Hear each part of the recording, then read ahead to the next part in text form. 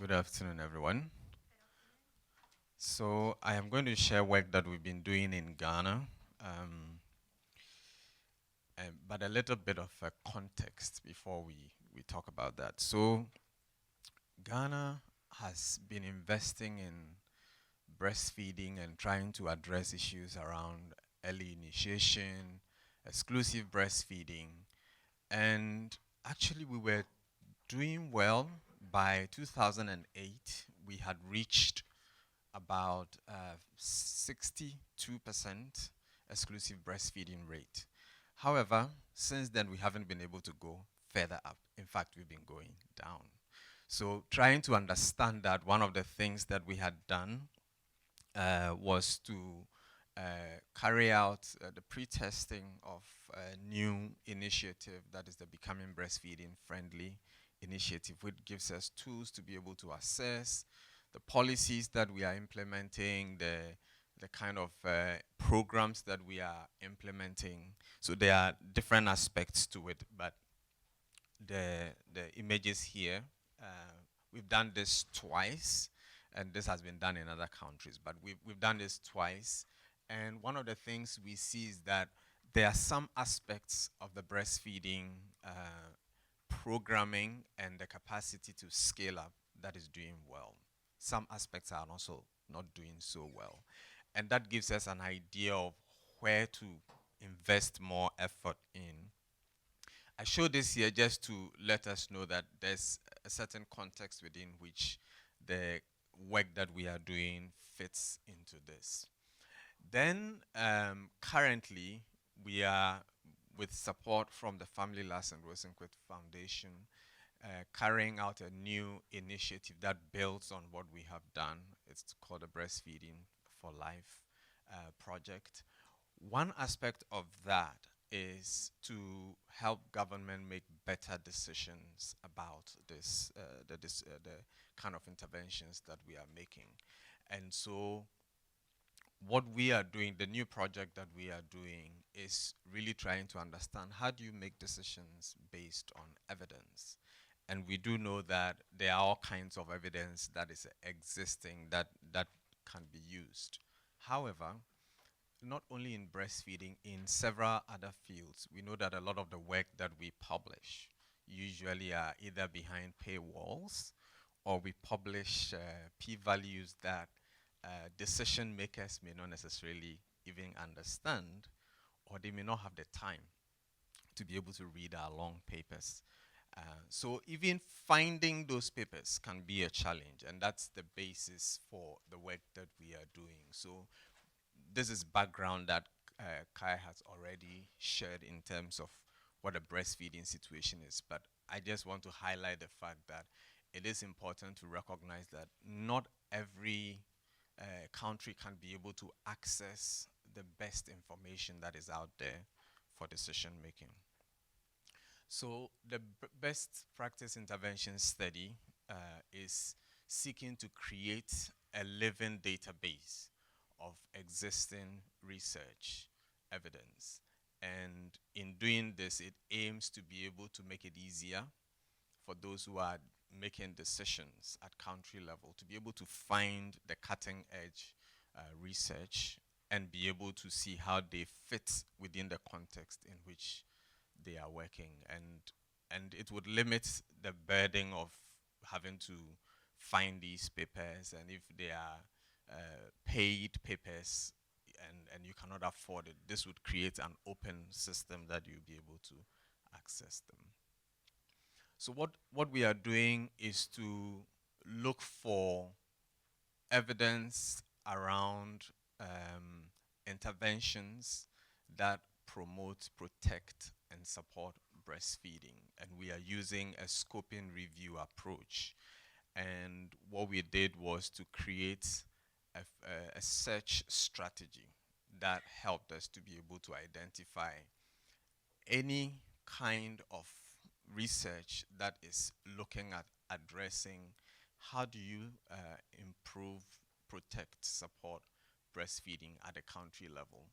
And we used a search question that I'm going to show you shortly to be able to search the literature going back into the early 70s.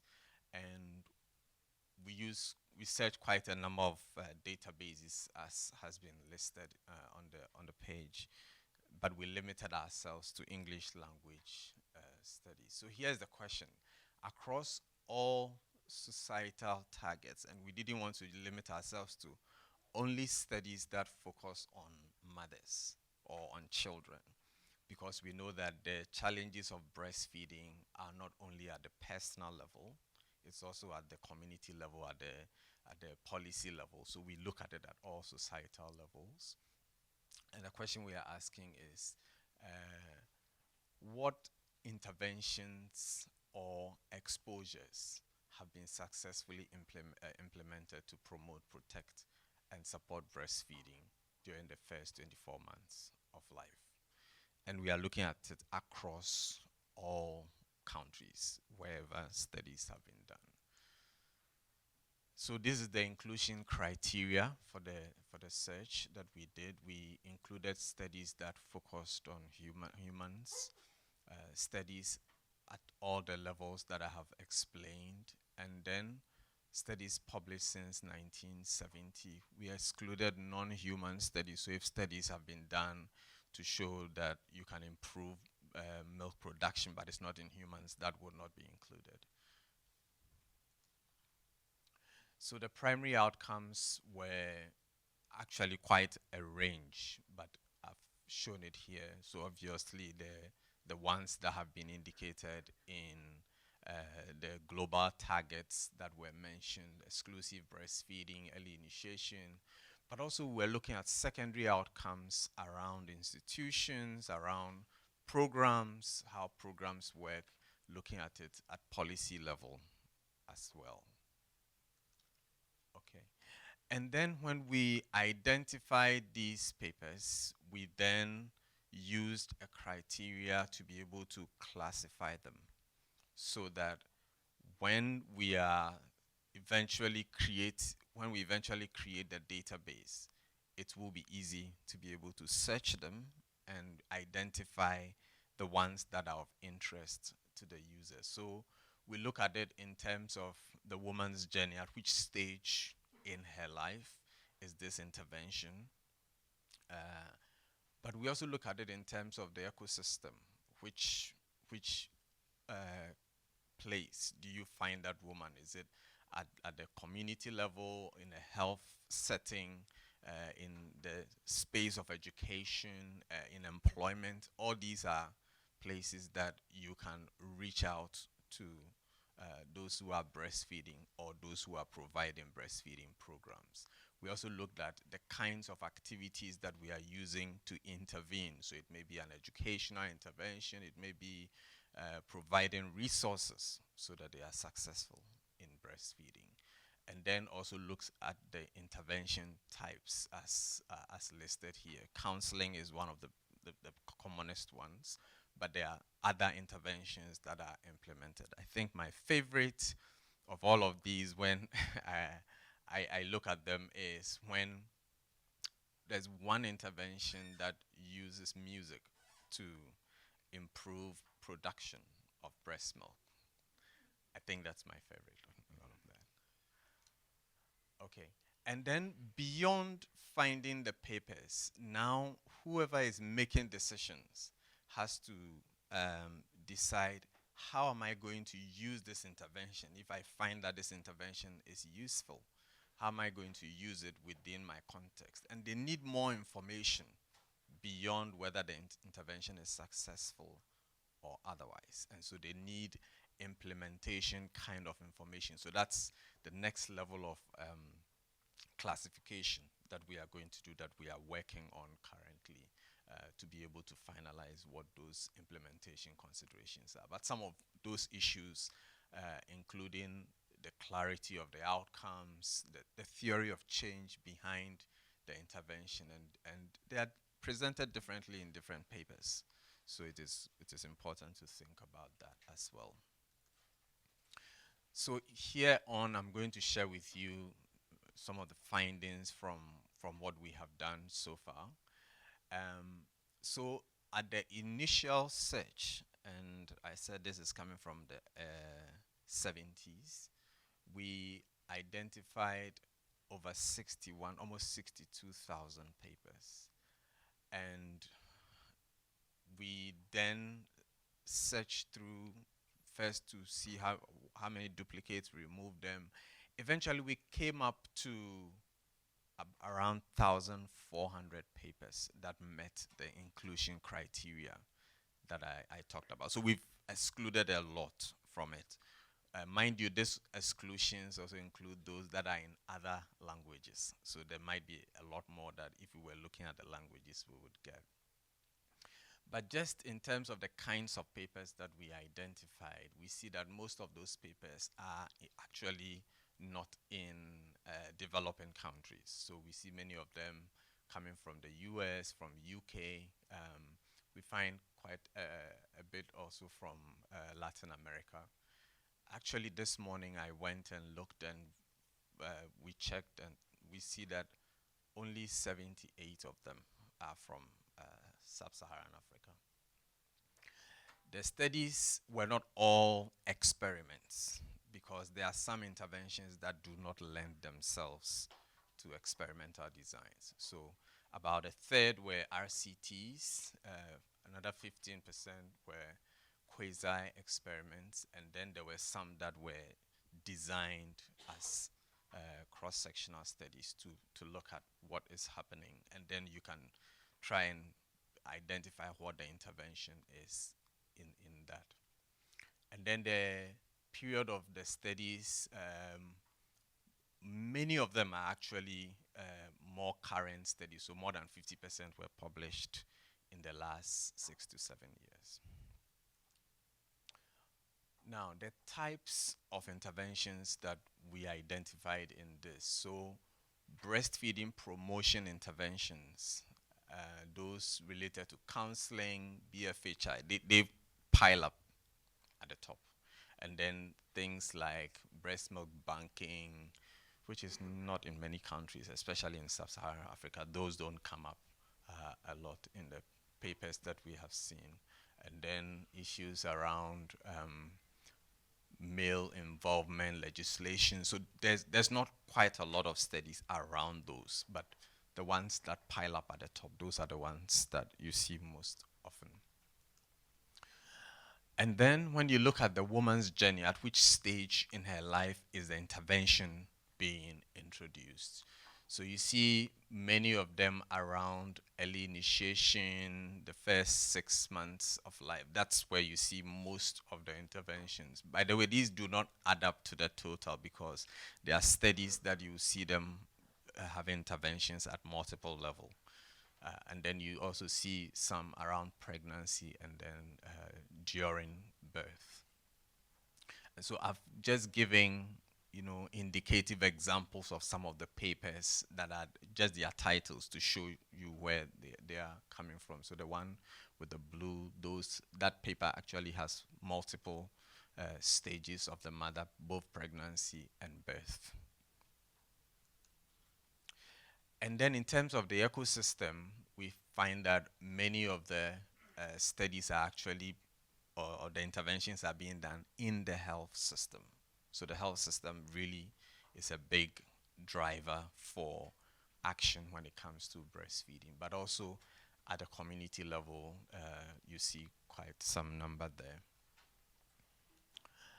And then what kinds of activities are being done? You see activities around improving knowledge, and then also addressing issues of attitude, and then a few more on legal issues and policy around breastfeeding. A sub analysis of the papers also looked at which interventions focus on communication, and this shows the different channels of communication that have been used. Home visits, face-to-face, telephone, those tend to pile up. But it gives us a sense of what kinds of channels are being used. We see social media also coming up as one of the interventions that our approach is being used. And then what we have done also is to carry out a special sub-analysis again to look at what kinds of interventions are being done to address issues around commercial infant formula.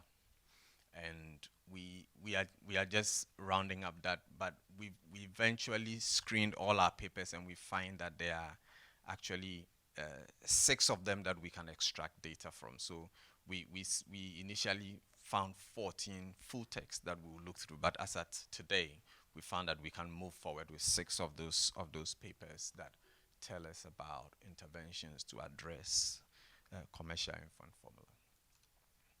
Okay, so what does all of this tell us? We know that there are papers that we can identify. We have information on what kind of clusters we can put them into. That helps us to make decisions around them. The next steps for this is, how do you then create a database that is user-friendly and then be able to make it available so that at a country level, decision makers, policy makers can actually take this and use it for decisions.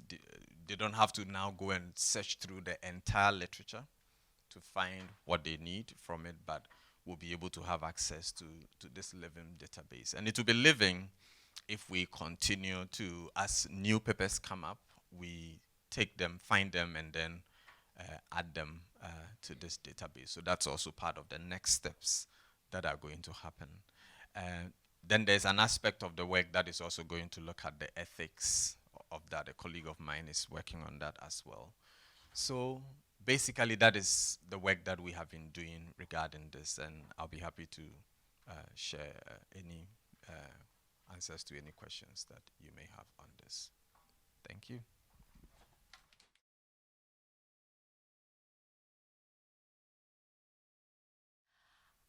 So my presentation is on behalf of myself and Dr. Nazia Sayed here in the front. So I'm going to ask you to just shift your gears now from a systematic review and evidence generation towards application and call it implementation science. So I'm presenting on our project that is currently running in South Africa. It's looking at an innovative method for effective campaign planning.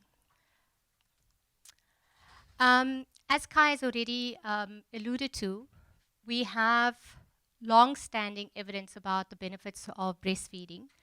And most recently, WHO and UNICEF has put together 2 very important reports that talk to the barriers, particularly around the marketing of commercial infant formula. And the words from the reports use words like manipulative and insidious. And what this means is that we have now a new appreciation of how the infant formula industry is engaging with influences of mothers' decisions.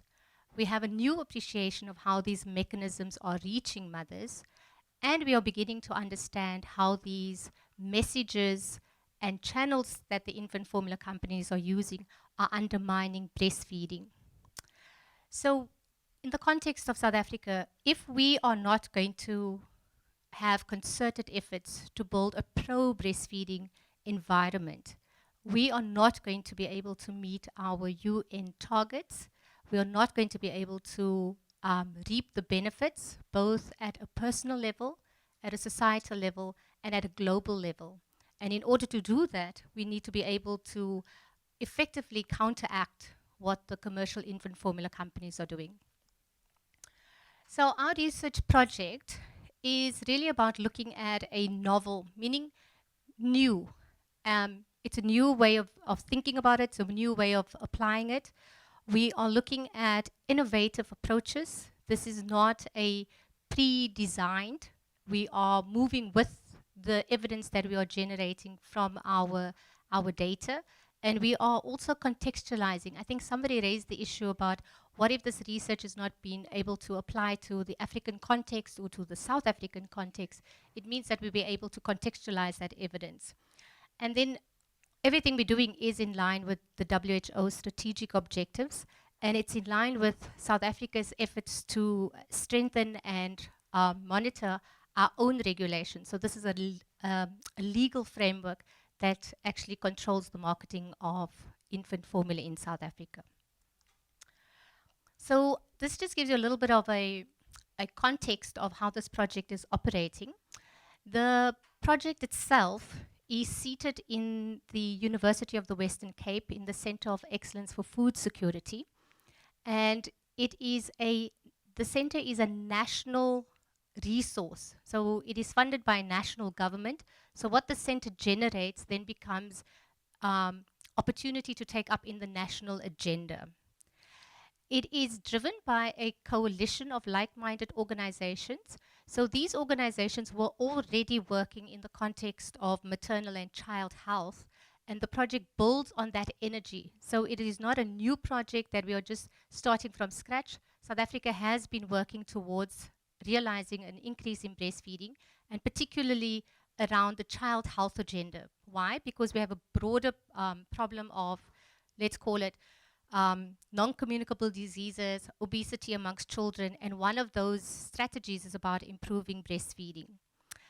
So myself and Azia are part of the UWC project, but the project is built on consensus, it's built on partnership, and we are very excited that we have the Family Loss and Rosenquist as part of our co-creation. So just so that you understand that it's not a standalone project, but actually is integrated into the broader child health agenda in South Africa.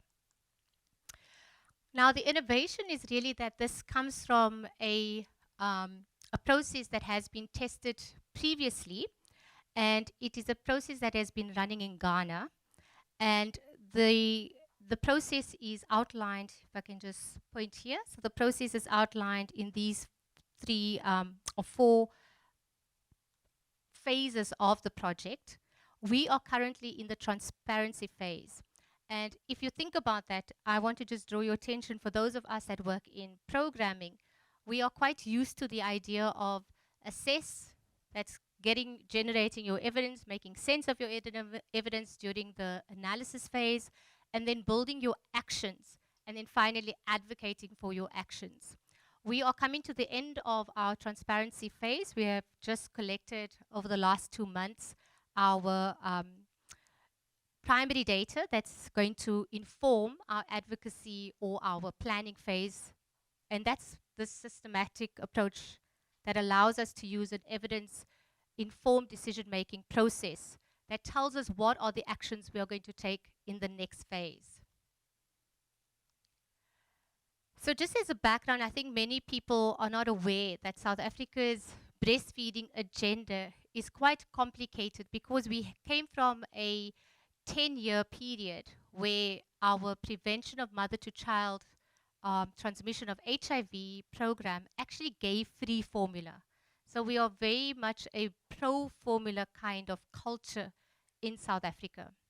In the last 10 years, we have had the regulations that I pointed out earlier that has tried to control the marketing and the promotion of formula. And you are all aware that we have the UN target, which every country should be reaching by 2025, exclusive breastfeeding of 50% for children 0 to 6 months. If you look at our data, we are currently now at 36% in 2016. But if you look at the rate of increase from our 2008 data to 2016, that rate will not allow us to actually meet the 2025 target. So that calls on us to actually have an accelerated approach. And that approach is actually taking the guidance from the WHO report that talks to the marketing of commercial infant formula. And how are we going to do that? Richmond talked about the articles that they've been able to draw out. Of those 1,000, I think he said that they've now got 7 that actually talks to this issue, which means that there's not a lot of data out there. And so we are looking how we may be able to draw on the sectors that we think will be able to inform us. So I think this is very important, is to look that in the context of South Africa, suboptimal breastfeeding is our norm. Formula feeding is our norm. So we're actually working against um, against a normative that shouldn't be there. So if we want to improve breastfeeding, we also have to look at then what's happening at the commercial infant formula industry. And the industry is predicted to increase. And we must not be naive that if the industry is going to be increasing in terms of volume of sales, it actually means that breastfeeding is going to be curtailed and we're not going to be able to increase those rates. So this is what we're working against in a way. I alluded to these regulations. Just to point out, the regulations have been in place for almost 10 years now. And all smaller research studies show that our breastfeeding rates, particularly exclusive breastfeeding rates, has not moved, even though we have had the regulations. And remember, the regulations is a legal framework. A legal framework doesn't necessarily mean that you are changing the culture, doesn't necessarily mean that you are increasing the uptake of a desired behavior like breastfeeding. One of the good things about the WHO report, which pulls on data from 8 countries, is that South Africa was one of those countries. And one of the drivers of commercial infant formula is actually through our health professionals. And our health professionals come from institutions that train health professionals. So if you flow back, that means where the training is taking place, where the continuous professional development is taking place, and where the influencing is taking place is actually through the health professionals. So this particular article is an extraction of the data that was collected in South Africa and particularly talks to how health professionals see commercial infant formula and what is their role in terms of supporting or influencing mothers' decisions. So I just wanted to highlight with this particular, to bring to your attention that even though the report from WHO came out this year, the industry has had a long-standing relationship with academia. So this article came out in 1987, and it talks about significant educational and research interactions over the past 4 decades. So that means 40 years before 87. It is almost the norm, the normative, that in our training, that in our practices, health professionals see the infant formula companies and the infant formula industry as part of the infant and young child feeding landscape, as part of, even at some point, the solutions for when we are having problems. So this is a normative that we are working in, and we need to take this on board in terms of what we are trying to counteract. So this is our framework. I'd like to note that we are not, in this project, we are not talking directly to mothers. We are talking specifically to those that are influencing mothers' decisions. And we have highlighted where moms are drawing their information from, whom moms are consulting, and whom moms value for that information. In this particular study, we have designed a process of collecting our information from the target sectors that we highlighted earlier. So the influencers, we have got ethics for the data collection and who we are going to approach, as well as the instruments. The instruments was a qualitative approach. We had about 12 questions that particularly talk to strategies of engagement with the industry, motivation for engaging with the industry, and then willingness to change if you were needing to change. The data collection phase is coming to an end, and the preliminary data that I'm showing here is just some of the data that we have summarized to give us an indication of what we are talking about. These research findings, I'm very glad to hear from Trudy Lang that we have opportunities now to publish, and maybe even the Maternal and Child Health Journal would be interested in what we have found in South Africa, so we do intend to publish our data. I have spoken through that already. So this is who we were able to engage with. I do want to draw your attention that trying to get people to actually participate in this small research was really difficult. Most of our sectors, except for the retailers here, were quite guarded. We sent out many invitations for people to participate in the research, lots of reminders. Very few of those that we really wanted to engage with actually agreed or even responded to our request. The research, as I said, is to just give us guidance in terms of how our sectors are engaging. What do they see as the value add of the formula industry? And then in terms of what are the kind of mechanisms that are in place, and if they are aware of these mechanisms that regulate how we engage with the formula industry. I've highlighted things that are common across the medical groups, so the pediatricians, the nurses, and these are nurses in private sectors. So not all our nurses are sitting in hospitals. They actually sit in the retail sector. So if you went to a pharmacy, you will be able to see a nurse. So these are the nurses that we have here.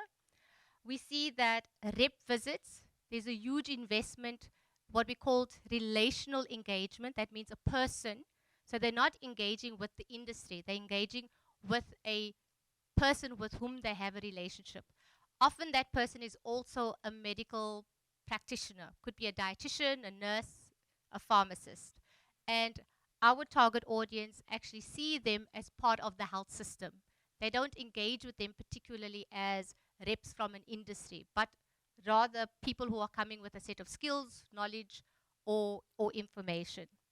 We've always known that these activities of training were an important aspect for engagement, and that talks to who is providing these opportunities. If the industry is providing it and there's no alternative, that means the industry is always going to be dictating what kind of information reaches our health professionals. The value add is always around information again, um, reliable products. So as we know with breastfeeding, there's always different kind of information. When it comes to the industry, the information is product based, and you can be sure that that product is being the information that's providing is consistent. And this consistency is also something that our medical fraternity is dependent on. What was very interesting for us is that even though we have the regulations and we think that the regulations have been communicated widely as they come from the National Department of Health, very few of our pediatricians and our nurses were aware of the regulations themselves. They were also not aware of any regulations or guidance, or let's call them operating procedures of how the industry may engage with them, both at the institutional level, whether that was a hospital, or even as a professional level. So the regulations don't actually feature very strongly. And then just to say that we had contacted all our industry. We've got 5 big industry or formula companies in South Africa. We only had one that was willing to speak to us. Unfortunately, not at a very senior level. This happens to be just a rep who has a number of doctors that she visits. So we know this is very limited. But what it does tell us is also how the industry regards or interacts with academia. And so again, not surprising, the conferencing and the contacts, these are we are very aware of. Academia sees industry as a source or a resource for updated information, which is again for just this is one interview, but it was very interesting to see that the industry actually sees academia bringing credibility to their work, while academia thinks of them as bringing updated information. And of course, funding, whether that's funding for training, for research, or for product information. And then for us, academia and the professional organizations, not aware again of any of the regulations, whether that was related to regulations R991 or their own professional um, ethics about engaging with the formula, or their own professional standing, whether that was institutional or not. Um, Again, both not very aware. While industry was very aware of regulations, they spoke a lot about professional ethics and recognizing professionals as as equals and being able to engage with them on an ethical level. So in general, what have we concluded from this very preliminary data? We haven't analyzed all our data. Is that there's, again, just like in the general population, the industry is very well positioned. There is a positive disposition. Nobody sees the industry as the enemy. They see the industry as part of the landscape of infant and young child feeding. There was no or low awareness of R991, which is a gap, and there was very little recognition of industry influence or conflict of interest and the recognition of conflict of interest. And then we have something called reciprocity. Reciprocity just means that when I do something for you, absolutely, you feel obligated to do something for me in return. And often in the psychology literature, it's often at a bigger. So when you bring me a bunch of flowers, the next time I see you, I want to give you chocolates and a present. So it always increases. So the question is, what is the reciprocity when we're talking to academia in relation to the formula industry? And then finally, um, everybody knows breast is best, but again, there's always the but. So breast is best, but there's always formula is the norm. Formula is needed. So nothing new, but our own primary data tells us that we have got a lot more to work with. Even if we are looking at interventions and drawing from interventions, the need to operationalize and to engage with our sectors is going to take, I think, this innovation that we are talking about. So, thank you very much.